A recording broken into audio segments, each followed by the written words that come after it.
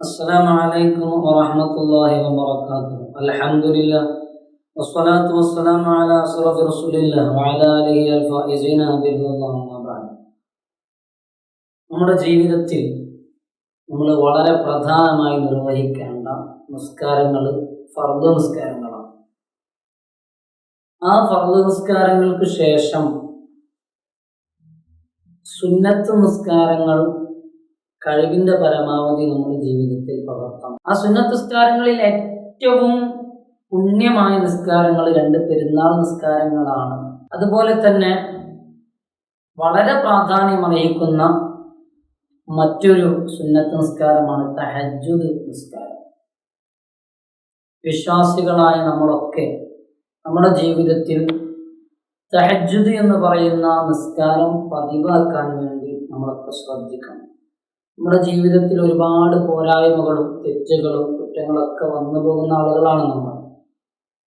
സാധാരണ നമ്മൾ നിർബന്ധമായത് എന്ന് പറയുമ്പോൾ നമ്മൾ നിർബന്ധമായി ചെയ്യേണ്ടതാണ്, ഒഴിവാക്കാൻ പറ്റാത്തതാണ്. അതേ സമയത്ത് നമ്മൾ റബ്ബിനോട് അടുക്കുന്നത് ഈ നിർബന്ധ കാര്യങ്ങൾക്ക് പുറമെ അത് നമ്മൾ ചെയ്യൽ ബാധ്യതയുള്ളതാണ്, ഒഴിവാക്കിയാൽ നമ്മൾ കുറ്റക്കാരാണ്. അതിനൊക്കെ പുറമെ നമ്മൾ റബ്ബിനോട് അടുക്കുന്നതിൻ്റെ പ്രധാനമായ കാരണം നിർബന്ധ കാര്യങ്ങൾക്ക് പുറമെ നമ്മൾ അള്ളാഹുവിന് വേണ്ടി അധികമായിട്ട് ചെയ്യുന്ന കാര്യങ്ങൾ, അതാണ് സുന്നത്ത്. അത് നമ്മുടെ ജീവിതത്തിൽ പകർത്താൻ വേണ്ടി ശ്രദ്ധിക്കണം. റവാത്തിബ് സുന്നത്തുകൾ, അതുപോലെ തന്നെ വളരെ പ്രധാനപ്പെട്ട നമ്മൾ നേരത്തെ സൂചിപ്പിച്ചൊരു സുന്നത്താണ് തഹജ്ജുദ് എന്ന് പറയുന്ന സുന്നത്ത് നിസ്കാരം.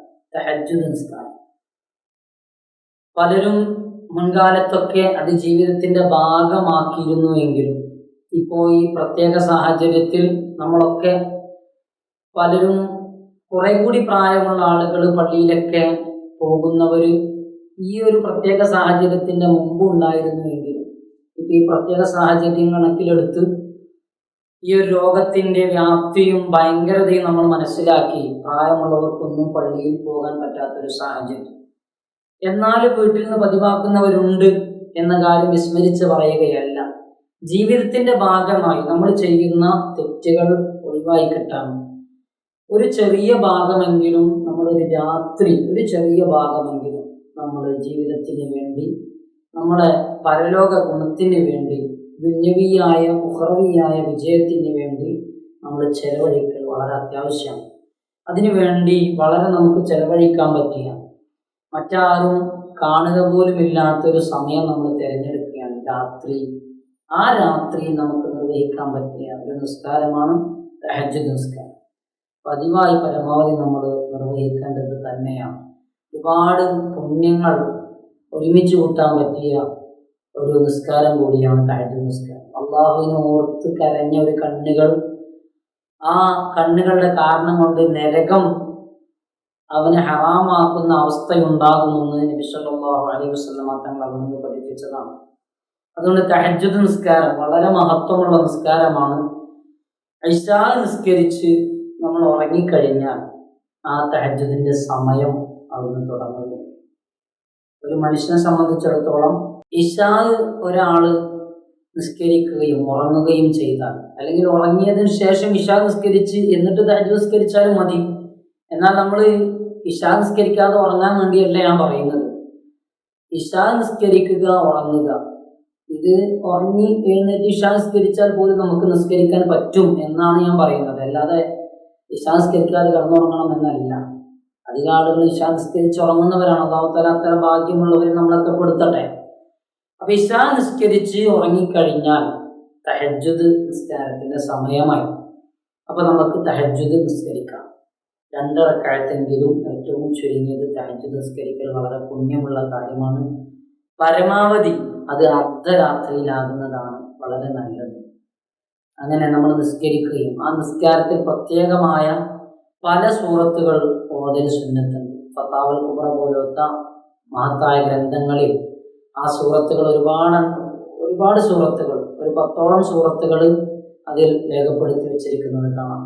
അതിൽപ്പെട്ടതാണ് സൂറത്തുൽ ബലദ്, ലാ ഉഖ്സിമു ബിഹാദൽ ബലദ് എന്ന് തുടങ്ങുന്ന സൂറത്തുൽ ബലദും, സൂറത്തുൽ ഇൻസാൻ എന്ന് പറയുന്ന സൂറത്തും, അതുപോലെ തന്നെ അമ്മ സൂറത്തും, അതുപോലെ മുസമ്മിൽ എന്ന് പറയുന്ന യാ അയ്യുഹൽ മുസമ്മിൽ എന്ന് പറയുന്ന സൂറത്തും, അതേപോലെ തന്നെ സൂറത്തുൽ ഹാഖ, സൂറത്തു തൂർ, സൂറത്തുൽ നജ്മ്, അങ്ങനെ ഒരുപാട് 10ഓളം സൂറത്തുകൾ ആ നിസ്കാരത്തിന് സുന്നത്തുണ്ട്. ഇപ്പൊ ഞാൻ പറഞ്ഞ തന്നെ ഒരു 6 സൂറത്തുകളുടെ പേരുകൾ ഞാൻ പറഞ്ഞിട്ടുണ്ട്.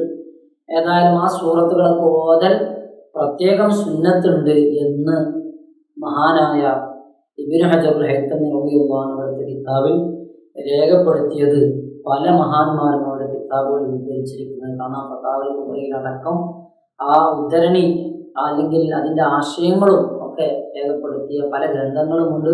അതുകൊണ്ട് അങ്ങനത്തെ നല്ല സൂറത്തുകൾ ഓതി, അമ്മ സൂറത്തൊക്കെ നമുക്ക് കാണാതെ പഠിക്കാൻ പറ്റുന്ന സൂറത്താണ്. സൂറത്തുൽ ബലദ്, സൂറത്തുൽ ഇൻസാൻ, അതുപോലെ സൂറത്തു ദുഖാൻ, അതൊക്കെ ഓതൽ സുന്നത്തുണ്ട്. അതൊക്കെ പ്രത്യേക മഹത്വമുള്ള സൂറത്താണ്. നബി സല്ലല്ലാഹു അലൈഹി വസല്ലം ആ സൂറത്തുകൾ ഓതിയിട്ടുണ്ട് എന്നൊക്കെ കിതാബുകൾ രേഖപ്പെടുത്തി വെച്ചതുകൊണ്ട് ആ സൂറത്തുകൾക്ക് പ്രത്യേക പരിഗണന കൊടുക്കൽ അത് വളരെ നല്ലതാണ്. ഈ സൂറത്തുകളൊക്കെ നമ്മൾ ഓതി, അല്ലെങ്കിൽ ഇതിന് കഴിയുന്ന സൂറത്തുകൾ, നമുക്കറിയുന്ന സൂറത്തുകൾ ഓതി നമ്മൾ നിസ്കരിക്കുകയും ദുആക്ക് ഇജാബത്തുണ്ട് എന്ന് പറയുന്ന പ്രത്യേകമായ സമയമാണ് രാത്രി എന്ന് പറയുന്നത്. അതുകൊണ്ട് നമുക്കറിയുന്ന കാര്യങ്ങൾ, അറിയുന്ന ഭാഷയിൽ, അറബി ഭാഷ ഏറ്റവും പുണ്യമുള്ള അല്ലെങ്കിൽ കൂലി ലഭിക്കുന്ന പ്രത്യേകം പരിഗണനയുള്ള ഭാഷയാണ്. എന്നാലും അത് നിസ്കാരത്തിൽ പാടില്ല, നിസ്കാരത്തിൽ നമുക്കിഷ്ടമുള്ള ഭാഷയിൽ പാടില്ല. അതുപോലെ തന്നെ ഖുതുബയിലും അതുപോലത്തെ ശർഈ അനുവദിക്കാത്ത ചില ആരാധനകളിൽ നമുക്ക് മറ്റ് ഭാഷകൾ പാടില്ല. അതേ സമയത്ത് നിസ്കാരം കഴിഞ്ഞ് നമ്മൾ ദ്വാരക്കുമ്പോൾ നമുക്ക് അറിയാവുന്ന ഭാഷയിൽ നമുക്ക് ദ്വാരക്കാം. അറബിക്ക് പ്രത്യേകം പുണ്യമുണ്ട് എന്നത് വേറൊരു കാര്യം. ഏതായാലും നമുക്ക് അറിയുന്ന ഭാഷയിൽ നമ്മൾ നമ്മളെ കാര്യങ്ങളൊക്കെ ഉൾക്കൊള്ളിച്ച് പരമാവധി നല്ല റാഹത്തുള്ള നിലക്ക് തന്നെ നമ്മൾ ദ്വാ ചെയ്യുകയും പടച്ചറബിനോട് ചോദിക്കുകയും ചെയ്യുക. ദ്വാക്ക് ഇജാബത്തുള്ള സമയം വന്ന് തീർച്ചയായും അല്ലാഹു തആല നമുക്ക് ഉത്തരം നൽകും, യാതൊരു സംശയമില്ല.